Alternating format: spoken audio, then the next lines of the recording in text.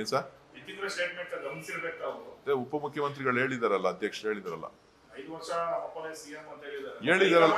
ಸ್ಪಷ್ಟವಾಗಿ ಸಿಗ್ನಲ್ ಬಂದಿದೆ ಅಂತ ಕೂಡ ಹೇಳಿದ್ದಾರೆ.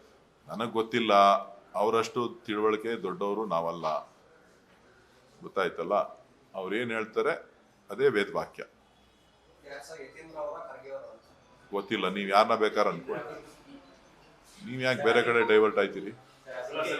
ಕೇಳಿದ್ದನ್ನ ಕರೆಕ್ಟ್ ಆಗಿರ್ಲಿ. ನೀವ್ ಕೇಳಿದ್ದಕ್ಕೆ ಉತ್ತರ ಹೇಳಿದ್ದೀನಿ ಅಷ್ಟೇ.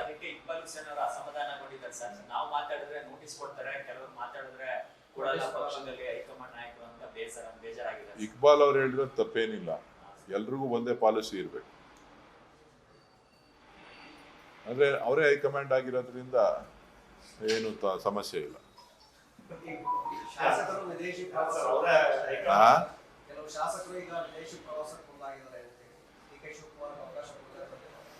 ಡಿ ಕೆ ಶಿವಕುಮಾರ್ ಏನು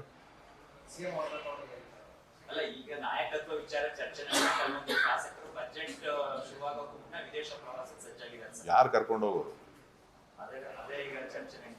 ಯಾರು ಕರ್ಕೊಂಡು ಹೋಗೋರು?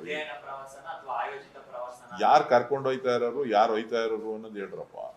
ಸುಮ್ಮನೆ ಯಾರೋ ಹೇಳಿದ್ದನ್ನ ಶಿವಕುಮಾರ್ ಮೇಲೆ ಯಾಕೆ ಹೇಳ್ತೀರಿ? ಡಿ ಕೆ ಶಿವಕುಮಾರ್ ಅವ್ರಿಗೂ ಪ್ರವಾಸಕ್ಕೂ ಯಾವುದೇ ಸಂಬಂಧ ಇಲ್ಲ. ಈ ವಿಚಾರವಾಗಿ ನಾನು ಬಹಳ ಸ್ಪಷ್ಟಪಡಿಸ್ತೀನಿ. ಪ್ರವಾಸ ಅವರ ವೈಯಕ್ತಿಕ ಇರ್ಬೋದು ಅಥವಾ ಬೇರೆಗಳು ಪ್ರಾಯೋಜಕತ್ವ ಇರ್ಬೋದು. ಡಿ ಕೆ ಶಿವಕುಮಾರ್ ಅವ್ರಿಗೆ ಪಕ್ಷದ ಅಧ್ಯಕ್ಷರಿಗೂ ಉಪಮುಖ್ಯಮಂತ್ರಿಗಳಿಗೂ ಈ ಶಾಸಕರ ಪ್ರವಾಸಕ್ಕೂ ಯಾವುದೇ ಸಂಬಂಧ ಇಲ್ಲ. ಅದನ್ನೇನಾರ ಹುಟ್ಟಾಗ್ತಾ ಇದ್ರೆ ಅದು ರಾಜಕೀಯ ದುರುದ್ದೇಶದಿಂದ ಶಿವಕುಮಾರ್ ಅವರು ಕೆಟ್ಟ ಹೆಸರು ತರಬೇಕು ಅಂತ ಕೆಲವು ನಮ್ಮ ಪಕ್ಷದವರೇ ಮಾಡ್ತಾ ಇರ್ಬೋದು. ನಮ್ಮ ಪಕ್ಷದವ್ರು ಮಾಡ್ತಾ ಇದ್ದಾರೋ ವಿರೋಧ ಪಕ್ಷದವ್ರು ಮಾಡ್ತಾ ಇದ್ದಾರೋ ಗೊತ್ತಿಲ್ಲ. ಒಟ್ಟಿನಲ್ಲಿ ಶಿವಕುಮಾರ್ ಇದರಲ್ಲಿ ಪಾಲ್ದಾರ್ ಅಲ್ಲ.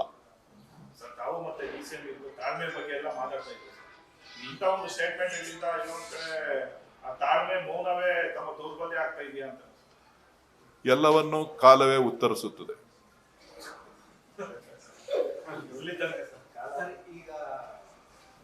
ಇಲ್ಲಪ್ಪ, ಎಲ್ಲವೂ ಕಾಲವನ್ನೇ ಉತ್ತರಿಸ್ಬೇಕಲ್ಲ.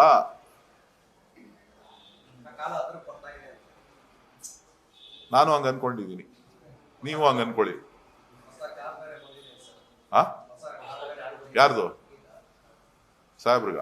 ಯಾವುದು?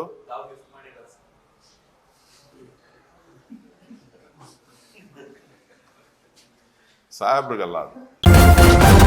ನ್ಯೂಸ್ ಫಸ್ಟ್, ನಿರ್ಭೀತಿಯಿಂದ ನಿಮ್ಮ ಪರವಾಗಿ.